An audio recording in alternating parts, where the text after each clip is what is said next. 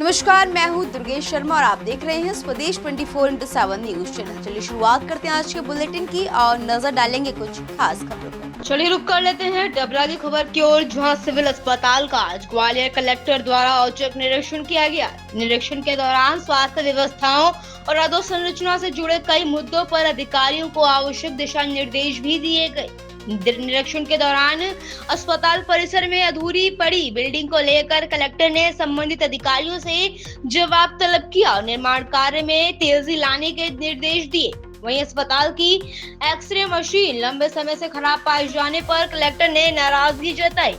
मरीजों की सुविधा को ध्यान में रखते हुए उन्होंने जल्द नई एक्सरे मशीन उपलब्ध कराने का आश्वासन दिया। इसके अलावा अस्पताल की साफ सफाई, दवाइयों की उपलब्धता और मरीजों को दी जा रही सुविधाओं का भी जायजा लिया गया। कलेक्टर ने स्पष्ट किया कि आम जनता को बेहतर स्वास्थ्य सेवाएं उपलब्ध कराना प्रशासन की प्राथमिकता है और इसमें किसी भी प्रकार की लापरवाही बर्दाश्त नहीं की जाएगी। इस खास खबर के लिए डबरा से संवाददाता मनीष बरौदिया की खास रिपोर्ट। मैम, आपके द्वारा सिविल हॉस्पिटल निरीक्षण किया गया, क्या कुछ खामियां पाई गई हैं?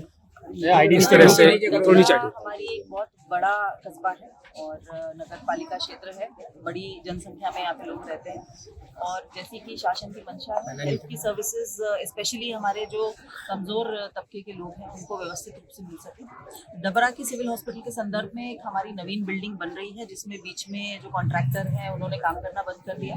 उनको शासन को हम लोगों के प्रतिवेदन के अनुसार उनको ब्लैकलिस्ट भी किया गया है और अब पुनः जल्दी ही टेंडर होकर के रिमेनिंग वर्क संभवतः कंप्लीट होगा।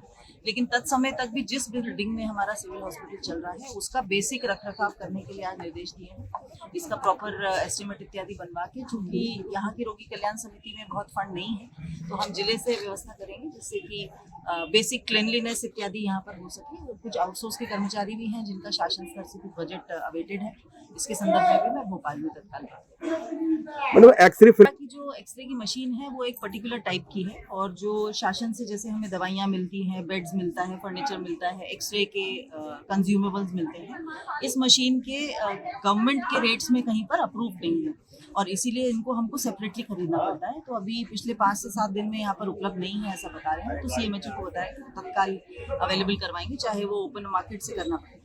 मैडम, शक्ति दीदी को रोजगार दिया है क्योंकि वहाँ मीडिया पहुंची पाई, तो उसको लेकर क्या है? शक्ति दीदी ये कैंपेन है जो हम लोगों ने जनवरी 2025 से शुरू किया था और अब बहुत ही हर्ष का विषय है कि लगभग 52 पंप्स पे 101 शक्ति दीदियाँ आज तक कार्यरत हो गई हैं। डबरा में अगर हम लोग बात करें 5 पंप्स पर 8 दीदियाँ हैं। लोग बहुत अच्छे से काम कर रहे हैं। सभी के परिवारों के इकोनॉमिक स्तर में मेजर इम्प्रूवमेंट आया है।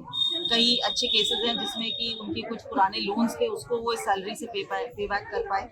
इन सब दीदियों को हमने प्रयास किया है कि जो शासन की भी विभिन्न योजनाएं हैं उनसे भी कैसे हम लोग लिंक कर सकें और जो माननीय मुख्यमंत्री जी के जो फोकस के 4 बिंदु हैं उसमें से ये एक है युवा, किसान, गरीब और महिला। तो महिला सशक्तिकरण, मुझे लगता है कि जब एक महिला सशक्त होती है तो पूरे परिवार में सशक्तता आती है। मैडम, कल डबरा नगर पालिका का विशेष सम्मेलन था जो हंगामे के चलते स्थगित हो गया। नगर का विकास पूरी तरह अवरुद्ध है, यहाँ राजनीतिक अखाड़ा बन चुकी है नगर पालिका। देखिए, नगर पालिका एक इंडिपेंडेंट बॉडी होती है और उसको संचालित करने के लिए अपना जो नगर पालिका का एक्ट है उसके विभिन्न प्रावधान हैं।